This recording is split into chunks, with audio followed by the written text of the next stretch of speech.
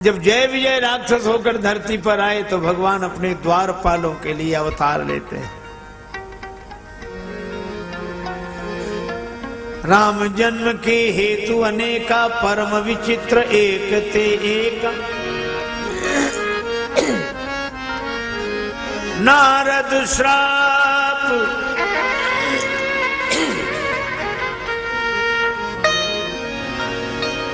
नारद श्राप दीन,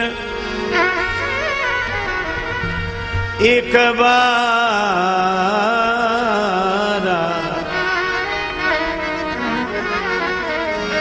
नारद श्राप दीन।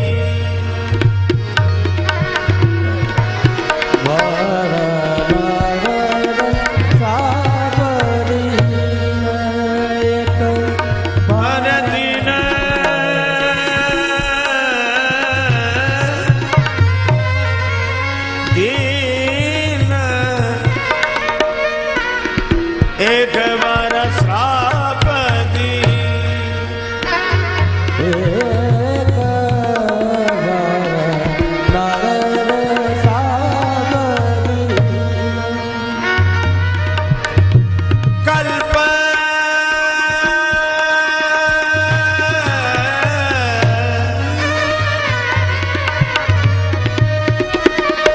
एक ते ही लगी अवतार श्राप दी।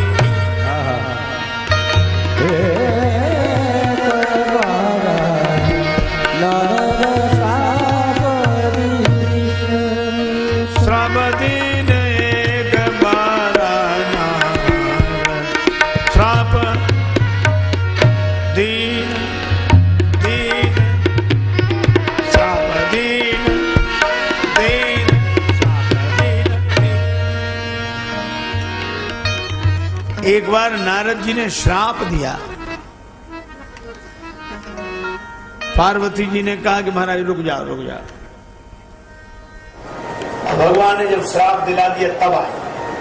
अरे महाराज, भगवान भी बड़े कौतुकी हैं, श्राप पहले दिला दिया फिर आए।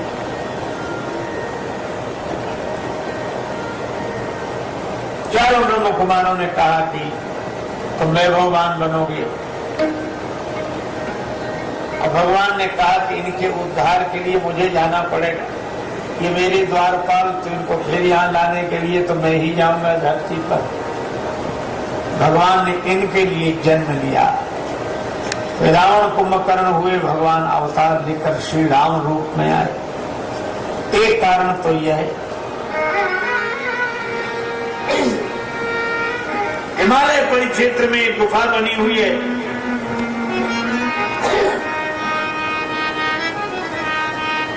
अत्यंत पावन है वो। पूरा हिमालय ही पवित्र है, फिर अति पावन क्यों? बह समीप सुरसरी सुहावन। गंगा जी बह रही है। गंगा जी के किनारे ही वो उपत्यका, वह गुफा। बही बही कैसे गंगा लहर धीरे धीरे, वही कैसे गंगा लहर धीरे धीरे, वही कैसे गंगा लहर धीरे धीरे, वही कैसे गंगा लहर धीरे धीरे, लहर धीरे धीरे, लहर धीरे धीरे।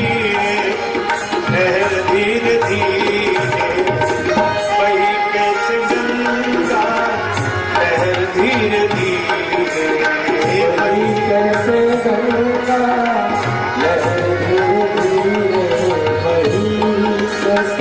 आप गंगा जी का ध्यान करें।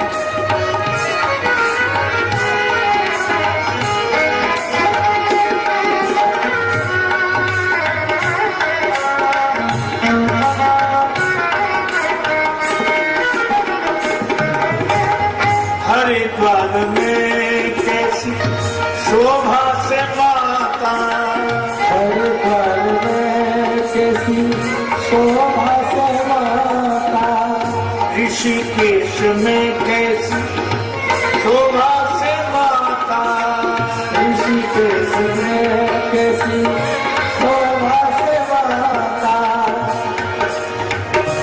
पहाड़ों से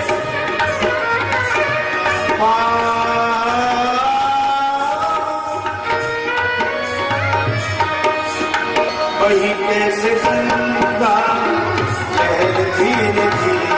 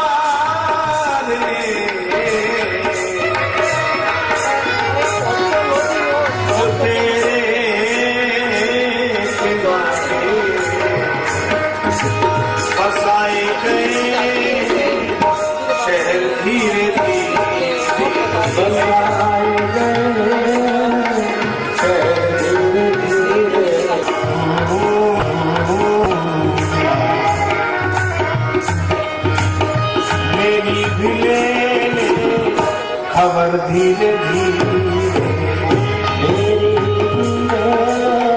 खबर धीरे धीरे कैसे गंगा लहर धीरे धीरे कैसे गंगा लहर धीरे धीरे कैसे गंगा लहर धीरे धीरे बोलो गंगा मैया की गंगा जी को देखकर किसका मन नहीं होता।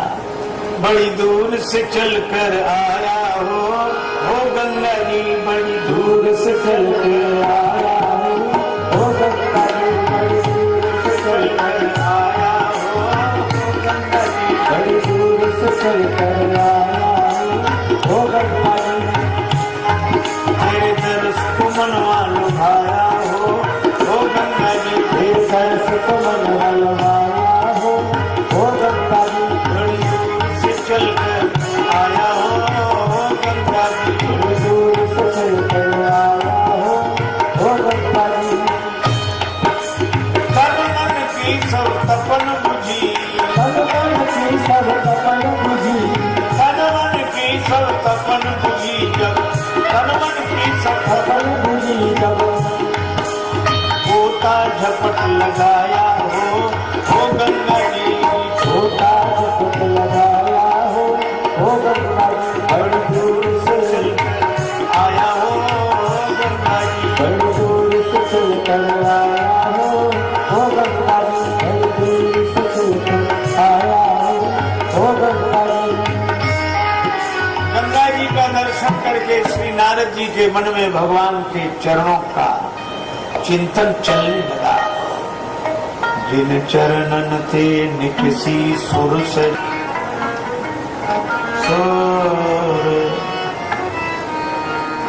सरी गंगा जी का संबंध भगवान के चरणों से, इन्हें देखकर भगवत चरणों की याद आ गई। अब नारद जी सोचने लगे कि हम यहाँ बैठ जाएं, भगवान का भजन करें, स्मरण करें।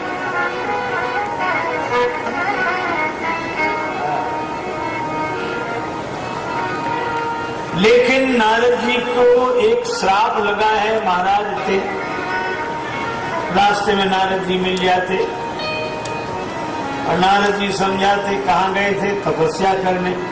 अब कहाँ जा रहे, घर जा रहे, विवाह करेंगे, समाज को उत्तम संतान देंगे। नारद बाबा समझाते संत को तो समझाने के लिए थोड़ा सा समय चाहिए, बस मौका मिल जाए। अरे देखो, दिया पूरी तरह तैयार हो तो उस दिए को जलाने में देर नहीं लगती, एक तीली छूते ही जल जाता है। अब दिए ही तैयार ना हो तो पूरी माचिस रगड़ डालो, कुछ नहीं होने वाला नहीं।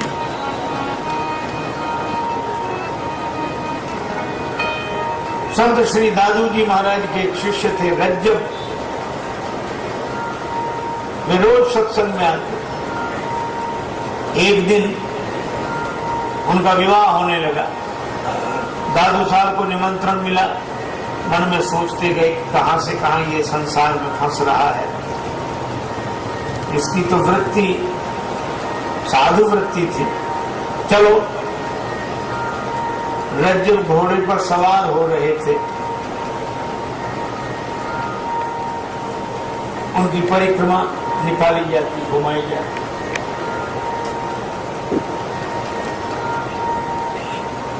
घोड़े पर सवार हो तब तक आगे गुरुजी दादू साहब को देखा तो रज्जब साहब नीचे उतरे, दादू जी को प्रणाम किया। नवोदित संत वो हमेशा आकार में ही रहते, कभी नम्रता से न जो कोई प्रणाम ये संसारी न रखे पीड़े, कोई उनसे मैं साधु, मैंने साधु, परेशान कर लिया उन्होंने लोगों को। एक दिन हम गए तो हमसे लोगों ने कहा कि ये तो ऐसे ऐसे बोलते हैं। तो मैंने मेरे सामने भी जब उन्होंने कहा कि मैं साधु हूं तो मैंने कहा कि महाराज ये दूसरों को कहने दो, ये और लोगों को कहने दो, आप काहे कहते हो? तो हम पर भी नाराज हो। बोले आप साधु की महिमा नहीं समझते? हम क्या महिमा बताओ? बोले संत ना होते तो समाज को भिक्षा कौन देता? बोलो, शिक्षा कौन देता? संत ना होते तो समाज को शिक्षा कौन देता? बोलो बोलो बोलो। वो सोच रहे थे इस प्रश्न का जैसे कोई उत्तर ही ना हो। संत के कारण समाज को शिक्षा मिलती है और शिक्षा से परलोक बनता है, पर गृहस्थ के कारण संत को भिक्षा मिलती है, भिक्षा से लोक बनता है। साधु संत महात्मा सब प्रसन्न दिखाई देते हैं, इनके कोई फैक्ट्रियां चल रही हैं कि समाज दोनों एक दूसरे के पूरक हैं, एक शिक्षा देता है, एक भिक्षा देता है। हमें ये बताओ आपके पिताजी ने किया था कि नहीं? बोले हाँ उन्होंने तो किया था। हमने कहा सोचो अगर आपके पिता ने विवाह न किया होता तो आप जैसे संत पैदा कहाँ होते? और मुझे तो लगता है कि अगर कोई गृहस्थ न होता तो संतों के पैदा होने की कौन कहे? भगवान राम और कृष्ण कहाँ प्रकट होते अगर कोई गृहस्थ न हो? इसलिए गृहस्थ आश्रमी धन्य है।